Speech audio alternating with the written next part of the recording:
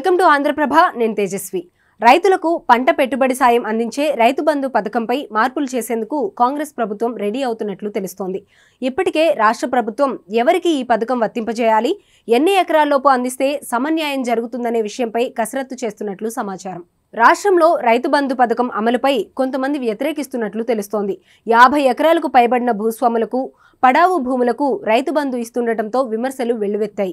ఈ నేపథ్యంలో కాంగ్రెస్ ప్రభుత్వం రైతు బంధు సాయానికి పరిమితులు విధించాలని నిర్ణయించినట్లు తెలుస్తోంది. అయితే ఇప్పటి వరకు ఏ విధమైన మార్పులు చేయకుండా గతంలో ఇచ్చిన మాదిరిగానే రైతు బంధు అందజేస్తోంది తెలంగాణ సర్కార్. కానీ వచ్చే ఏడాది వానాకాలం పంటలకు 10 ఎకరాల పరిమితితో రైతు భరోసా పేరిట నగదు పంపిణీ చేసేలా మార్గదర్శకాలు రూపొందిస్తున్నట్లు సమాచారం.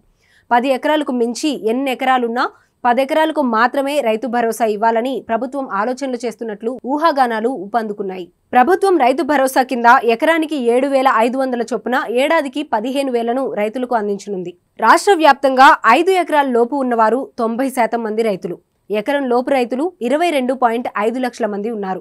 10 ఎకరాల నుండి 54 ఎకరాల వరకు భూమి ఉన్న రైతులు 1,15,000 మంది ఉన్నారు. వారి పేరిట 12.5 లక్షల ఎకరాల భూమి ఉంది. అయితే 10 ఎకరాల పరిమితి పెడితే రాష్ట్రంపై ఆర్థిక భారం తగ్గుతుందని ప్రభుత్వం భావిస్తున్నట్లు తెలుస్తోంది. తెలంగాణ ప్రభుత్వ రైతు భరోసా పథకానికి పరిమితులు విధించిన లబ్ధిదారుల సంఖ్య ఏమాత్రం తగ్గదు. రాష్ట్ర వ్యాప్తంగా సుమారు 70 లక్షల మంది పట్టాదారులు ఉండగా వీరందరికీ రైతు భరోసా అందనుంది.